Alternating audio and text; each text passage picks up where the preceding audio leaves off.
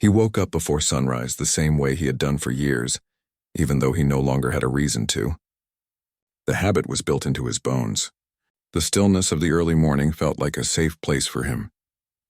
The world was quiet, and in that quiet he could breathe. The air was cool, and the faint light creeping through the blinds painted long shadows across the floor.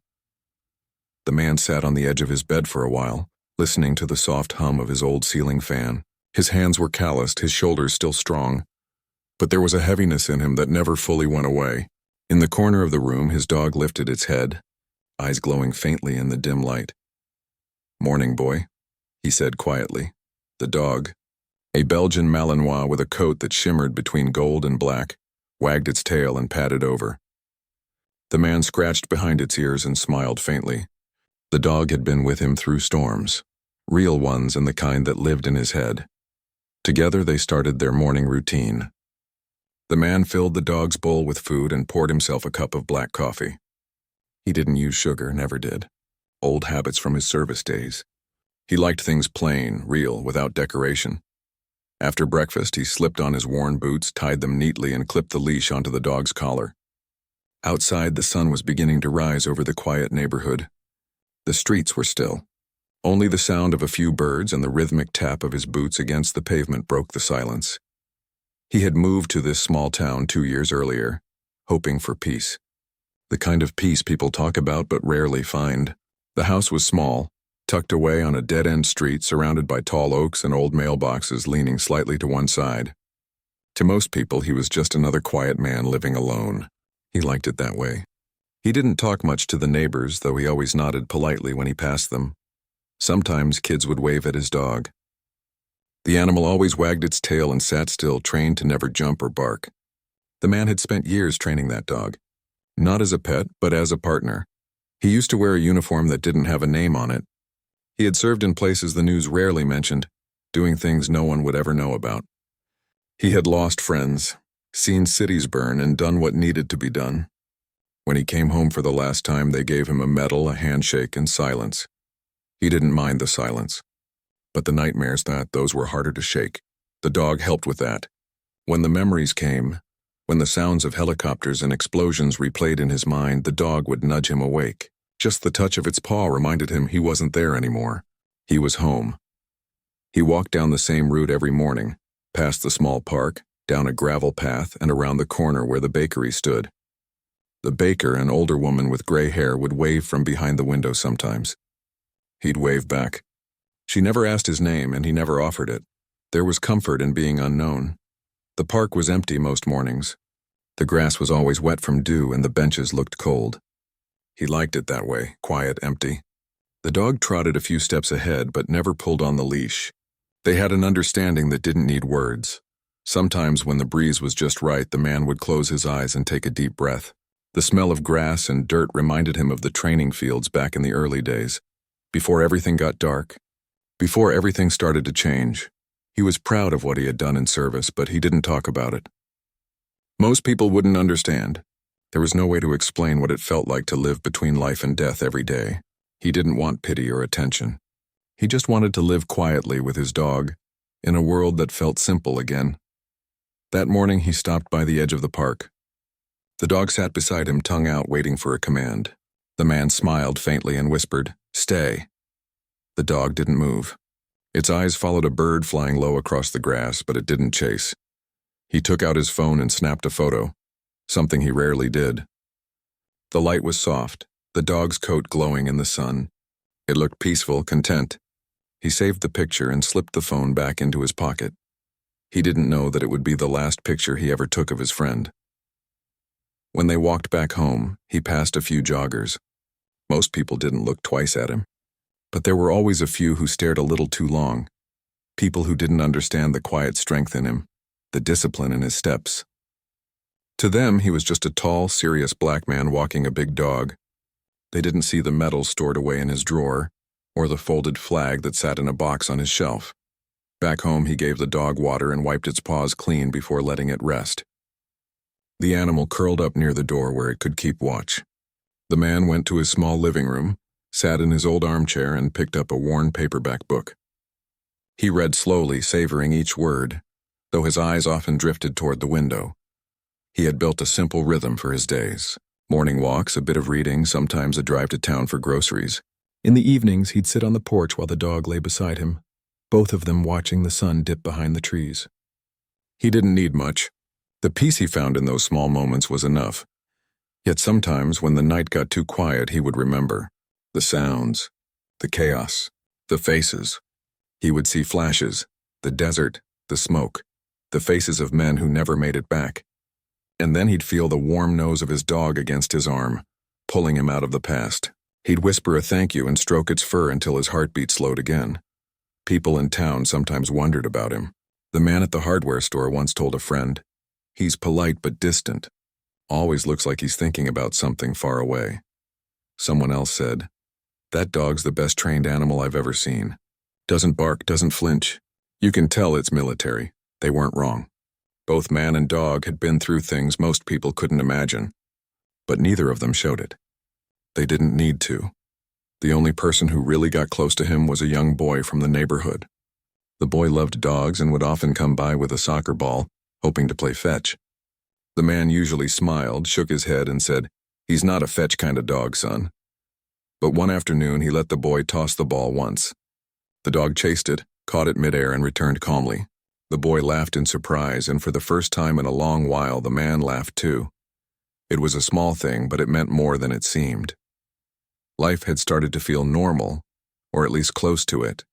He began to think maybe this quiet life could last. Maybe finally he could stop running from the past. He didn't know how quickly peace can be shattered. That morning, like many others, he woke up early. The dog was already waiting at the door, tail wagging softly. The man smiled and clipped on the leash. Outside, the air was warm and the sky was painted orange with the rising sun. They walked the same route, down the lane, past the park, toward the bakery. He noticed a new car parked near the park entrance, but he didn't think much of it. The dog trotted beside him, alert but calm. He liked how the morning smelled here, fresh, green, alive. It was nothing like the dust and smoke that used to cling to his uniform overseas. Here, everything was slower, softer. When they reached the park, the man took off the leash for a moment. The dog never strayed far. It ran in small circles, ears perked, eyes bright.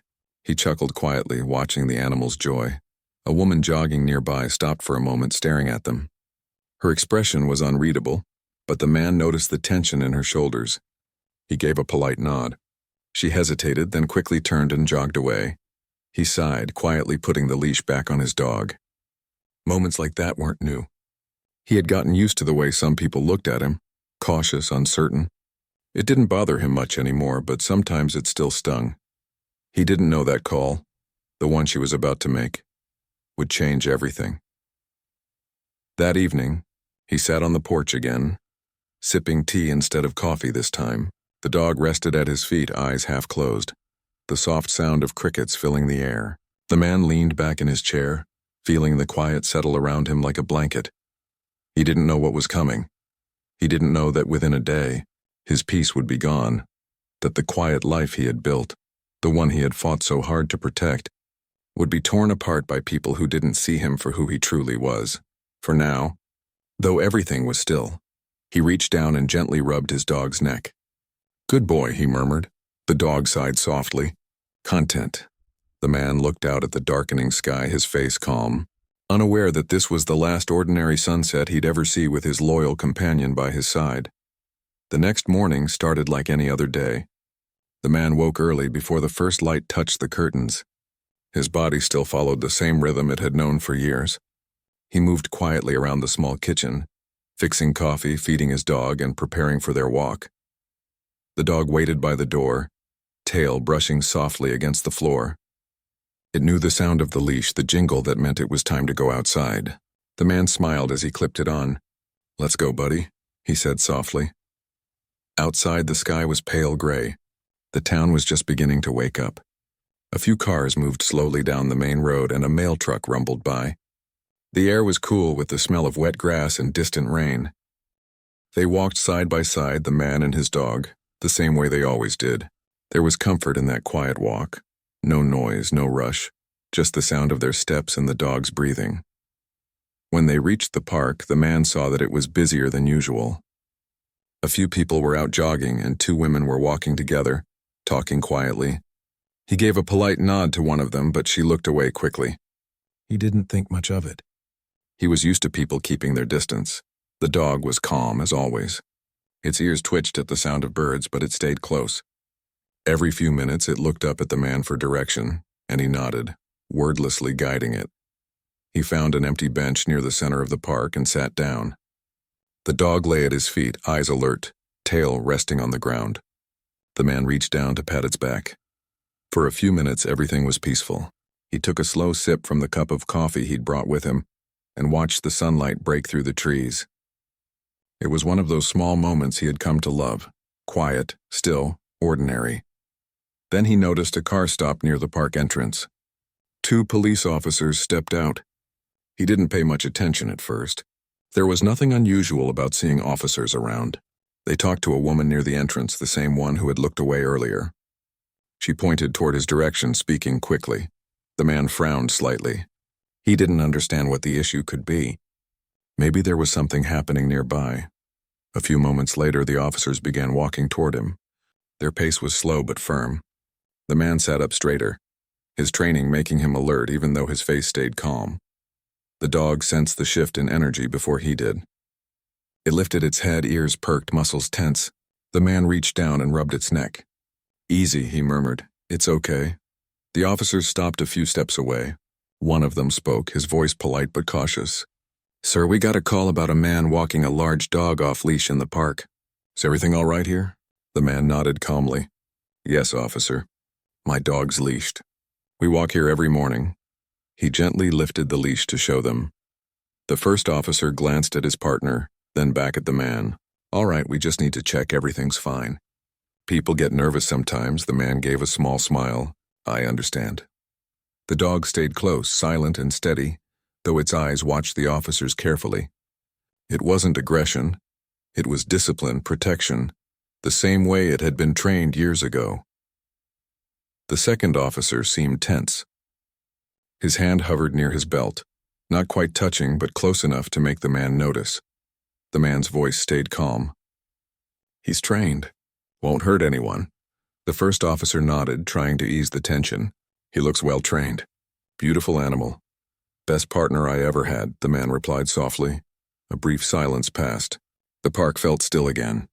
The man thought the moment was over, that the misunderstanding was clear. But then another car pulled up. A third officer got out, younger, restless, and clearly unsure of what was happening. He saw the dog, saw the man, and his face tightened. He walked over quickly, his tone sharper. "We got another call about an aggressive dog. What's going on here?" The man started to answer, but the new officer stepped closer, hand raised. The dog stood up, not barking, not lunging, just standing between the man and the officers like it had always been trained to do. "It's okay," the man said quietly, keeping his tone level. "He's just doing his job." The younger officer didn't seem to hear. His voice grew louder. "Sir, step back from the dog." The man took a small breath, confused. "He's leashed. He's calm." The first two officers tried to explain that it was a misunderstanding, but the tension had already started to rise. The younger officer's hand went to his belt and the man felt his stomach tighten. He gently crouched, placing a hand on the dog's back. "It's all right, boy," he whispered. The dog's body relaxed slightly, but its eyes never left the officers. The park had gone quiet. The joggers had stopped. People were watching from a distance. The man raised his other hand slightly, showing he meant no harm. "Everything's fine, officer. I live nearby. We come here every morning." The younger officer hesitated, glancing at the others. The first officer looked uncomfortable. "It's fine," he said to his partner. "There's no threat here." The younger one didn't seem convinced. He took a step closer, his tone sharp. "Sir, I said step away from the dog." The man stayed still, calm but firm. "He's leashed," he repeated quietly. "I'm not moving in a way that'll scare him." He could feel the dog's muscles shift under his hand, alert, ready, waiting for his signal. The man's years of training told him exactly how fragile the moment was. One wrong move, one loud sound, one small mistake could turn calm into chaos. He tried again, his voice low and steady. "Officer, please. Everything's under control." For a second it looked like the officer might listen, but then a car horn blared from the street. The dog flinched slightly, just enough to draw attention. The younger officer reacted instinctively, shouting something the man didn't fully hear. The man turned quickly toward his dog, raising a calming hand. "No," he said softly, a command they both knew from years ago. The dog froze instantly, eyes still locked on the officer. The first two officers shouted for everyone to stay calm. The younger one backed away, hand trembling slightly. The man kept his tone even. "See, he's not a threat. He's doing exactly what I tell him." People nearby started recording with their phones. The man saw them from the corner of his eye but stayed focused on his dog. His breathing was slow, his movements measured. Then, after what felt like an eternity, the first officer finally stepped forward and nodded. "All right, sir. We understand." "Sorry for the confusion," the man nodded back. "No problem. People get scared easy these days." The tension began to fade. The younger officer looked embarrassed now. He mumbled something and stepped back toward the car. The first officer smiled slightly, trying to smooth things over. "You have a good day, sir."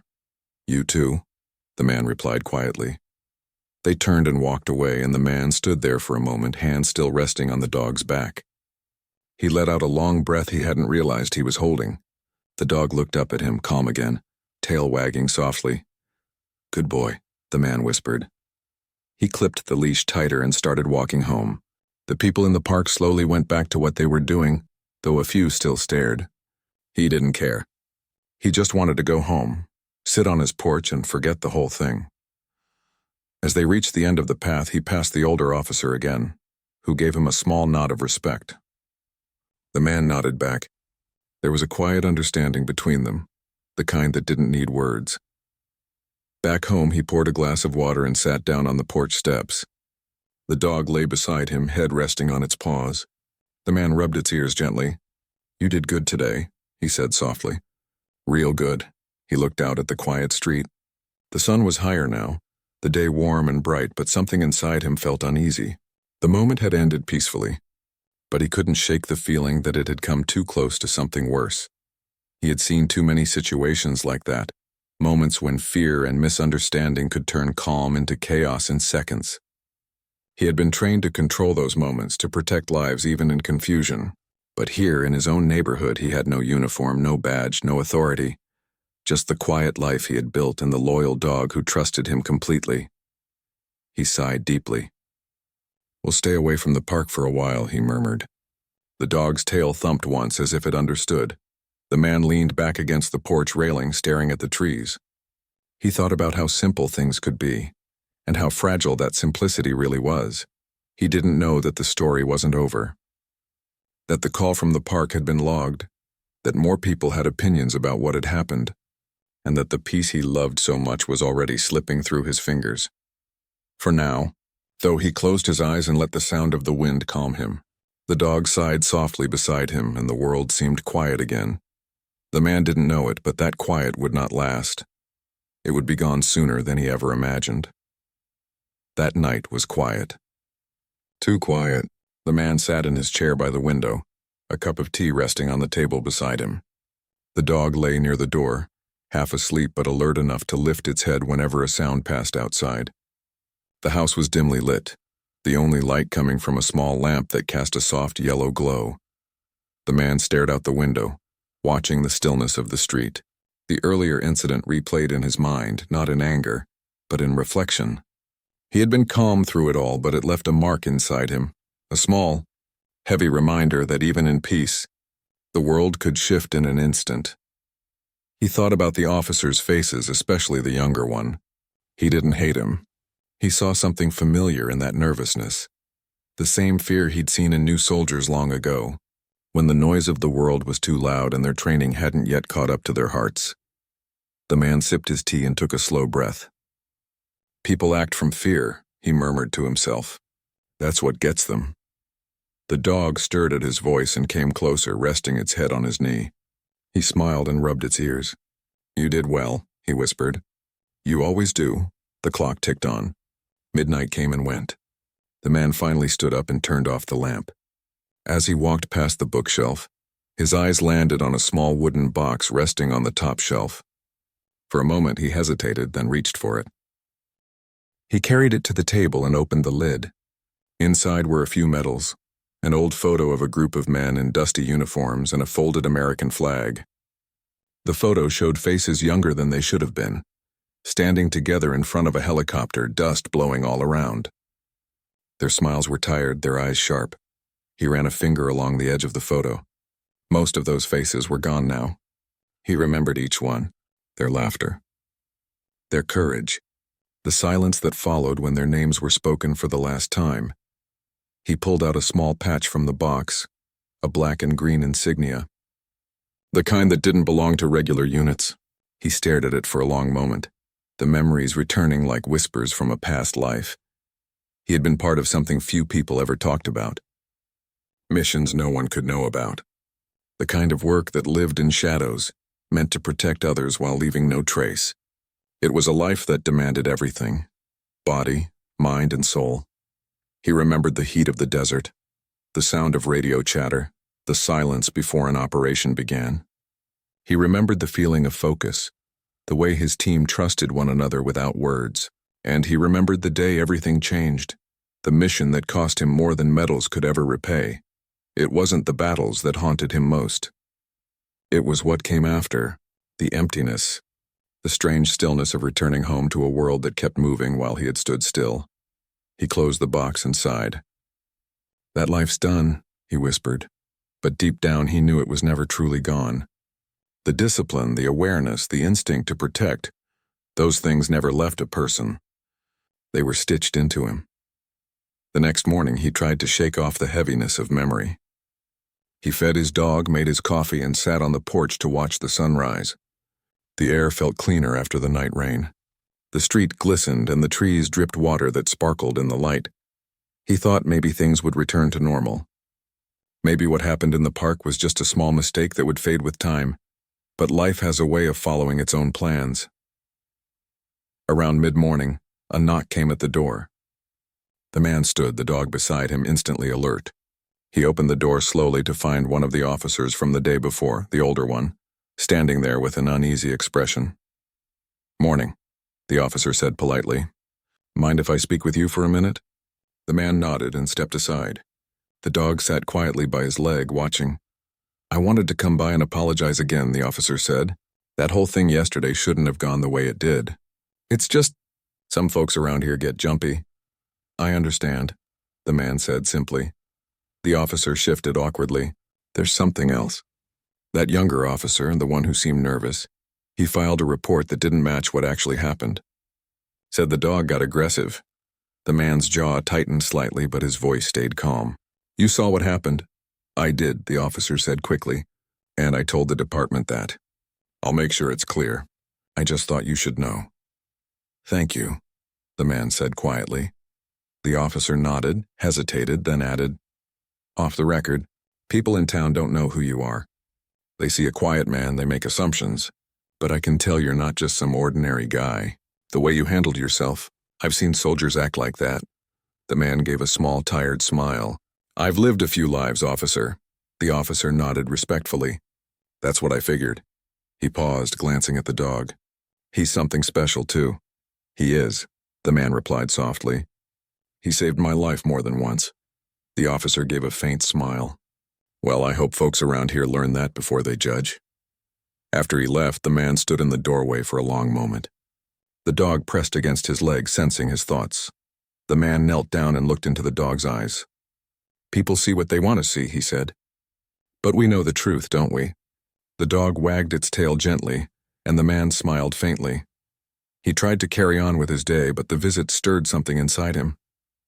Memories, discipline, awareness, and all of it coming back. That calm mindset he had trained for years began to take hold again, not out of fear, but instinct. That night, he cleaned the porch light, fixed the broken gate latch, and oiled the hinges on the door. It wasn't paranoia, it was habit, the way soldiers maintained their space to feel safe. He looked around his home, tidy, quiet, ordinary. But he could feel the weight of eyes from the world outside, people who didn't know him but thought they did. Days passed, and things seemed calm. Yet whispers moved through the town. Some people said the man had threatened officers. Others said he trained attack dogs. None of it was true, but rumors grow fast when people are afraid of what they don't understand. The man didn't react. He just stayed quiet, stayed kind. He kept walking his dog, though now he avoided the park. He chose the longer path by the woods instead, where there were fewer people and more space to breathe. The dog seemed to sense his mood, calm but alert. They walked in rhythm, man and animal, both trained by time and loyalty. Sometimes he would pause along the trail, watching the sunlight filter through the leaves. He'd close his eyes and listen to the forest sounds, wind, birds, distant water. It reminded him of the quiet between missions, the brief moments when the world stood still. He missed that silence. The real kind, not the kind filled with judgment or misunderstanding. One afternoon he received a letter in the mail with no return address. Inside was a simple message. Respectfully, thank you for your service. We know who you are. You deserve peace. There was no name. Just that one message. He folded the letter and placed it in the same box with his medals. For the first time in a long while he felt seen, not by curiosity or fear, but by understanding. But not everyone shared that feeling. Later that week, 2 officers returned, not the ones from before. They were polite but distant. They said they were following up on community concerns. The man invited them to speak on the porch. He kept his voice calm, his movements slow, showing no reason for alarm. The dog sat beside him, silent and steady. After a few minutes, it was clear there was no issue. The officers left with polite smiles, but the man could feel the weight of being watched linger after they drove away. He sat there long after they were gone, petting his dog absently. The evening light fell across his face, warm but faint. Sometimes peace feels like walking on thin ice, he murmured. The dog looked up, tail flicking once as if agreeing. He spent that night reading, but his thoughts wandered. He thought about how the world had changed, how people saw one another, how fear seemed louder than understanding. He thought about the men he had served with, how they had trusted each other completely despite differences in color, background, or belief. Out there they were brothers. Here he felt like a stranger. Still, he held on to his discipline. He would not let bitterness take root. He believed that the world could still be kind. He believed that people could still learn. When he finally went to bed, the dog curled up near the door again, watching over him as always. The man drifted to sleep slowly, the steady rhythm of his dog's breathing grounding him in the present. In his dreams, he saw flashes of his old team, not the battles, but the laughter, the quiet after missions, the way they looked out for each other. He woke before dawn, tears in his eyes, but peace in his heart. The world outside was still dark. The first sound of birds had just begun. He whispered into the quiet, another day. He didn't know that soon. The peace he was holding on to would be tested in ways he couldn't imagine. He didn't know that the world would soon remember who he really was. Not the quiet man on the porch, but the soldier who once walked through fire and came out unbroken. For now, though, the house was still. The dog rested peacefully. The man sat by the window, hands wrapped around his cup, watching the first hint of light touch the horizon, unaware that the past he had left behind was slowly finding its way back to him. The morning started like any other, quiet and peaceful. The man sat on the porch, a cup of coffee in his hand, his dog lying close by. The air was crisp, the kind that carried the smell of dew and earth. He liked mornings like this, and calm, unhurried, simple. He watched a pair of birds land on the fence and smiled faintly. For a brief moment it felt like everything was normal again. The past week had been strange, the visit from the officers, the whispers in town, but he tried to let it go. He didn't want to carry those thoughts. He turned his attention back to the quiet street, unaware that something was about to shift again. The sound of a car door closing made the dog lift its head. A few seconds later, a reporter walked up the driveway holding a small microphone and a polite smile that didn't quite reach her eyes. Behind her stood a man with a camera. "Good morning, sir," she said, staying near the gate. "Sorry to bother you. We're with Channel 7 News. Would you mind if we asked a few questions?" The man frowned slightly, confused. "About what?" "There was an incident at the park last week," she began carefully. "A report involving you and your dog. We're just trying to understand what really happened. He didn't answer right away. He wasn't angry, just tired. "There's nothing to understand," he said finally. "There was a misunderstanding." "It's over," the reporter nodded, still smiling. "We understand that, sir. But there's been a lot of talk online about who you are. Some people are saying you served in the special forces. Is that true?" The man felt a quiet weight settle in his chest. He looked down at the dog, who was watching the strangers closely. "Where'd you hear that?" he asked calmly. The reporter shifted, clearly unsure. "A few people in town mentioned it, and... well, some photos have surfaced online." She held out her phone. On the screen was a blurry old picture. Him, years younger, standing in front of a helicopter dressed in full gear. It wasn't supposed to exist publicly, but somehow it had found its way into the world. He stared at it for a moment. "That was a long time ago," he said softly. "So it's true?" the reporter pressed. He sighed and set his coffee down. "Ma'am, I'm not interested in being on TV. I just want to live my life quietly. Please respect that." The reporter nodded, sensing the firmness in his tone. "Of course, sir. Thank you for your time." They left after that, but he knew it wasn't over. Once a story found air, it didn't stay buried. By evening, his face was on the local news. They didn't share his name, but they called him a highly decorated veteran from an elite unit. The story spread quickly. Online groups picked it up, veterans' pages reposted it, and soon people across the country were talking about the quiet man whose service had gone unnoticed. At first, the attention was kind. Messages poured in, people thanking him for his service, calling him a hero. Old teammates reached out, surprised to find where he had ended up. One of them even called, his voice full of warmth. "Brother, I can't believe it's you," the voice said over the phone. "After all these years, you disappeared on us." "I needed peace," the man replied simply. "Yeah," his friend said softly. "You earned it. But looks like peace found you before trouble did." They talked for a while, went about old times, the team, the ones they lost.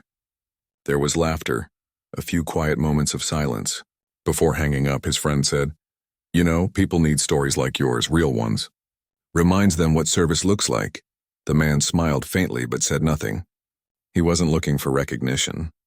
To him, service was something you carried quietly, not something you wore like a badge. The next few days were strange. Some people in town treated him differently, with more respect, more warmth. The man at the grocery store offered a discount.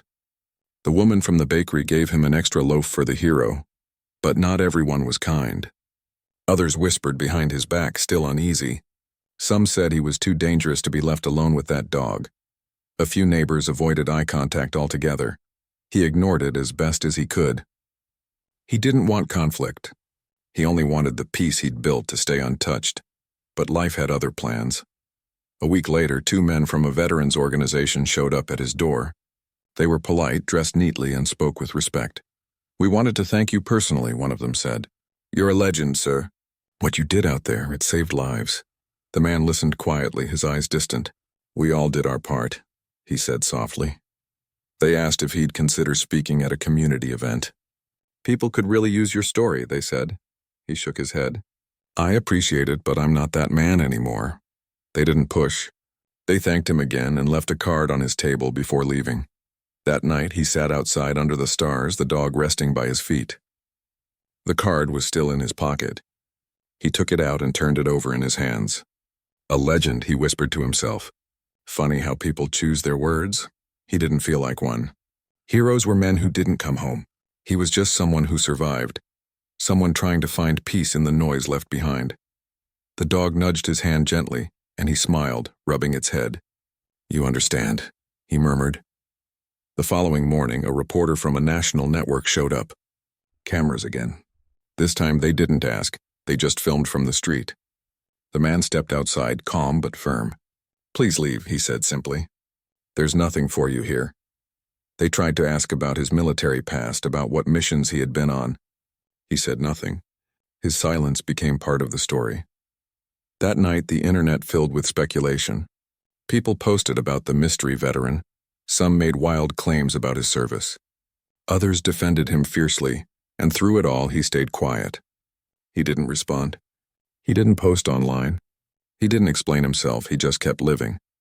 The next day, the police chief came by. The same one who had apologized earlier. He looked uncomfortable. There's pressure from the press, he admitted. People want statements. They're calling this town the place that mistreated a war hero. The man looked at him steadily. I don't want trouble for anyone. Tell them I forgive it. The chief nodded slowly. You're handling this better than most would. I've seen worse, the man said quietly. This is nothing. After the chief left, the man sat on the porch again, letting the quiet return. The dog rested beside him, tail thumping softly. The world around him was loud with talk, but here, in his small corner, he still had silence. As days passed, veterans from across the country began visiting. Some left letters, others saluted quietly from a distance. They didn't come for fame. They came because they understood. One older man wearing a faded uniform jacket stopped by one morning. He didn't say much. He just handed the man a small patch, the same insignia from their old unit. I heard you were one of us, the visitor said. The man nodded quietly.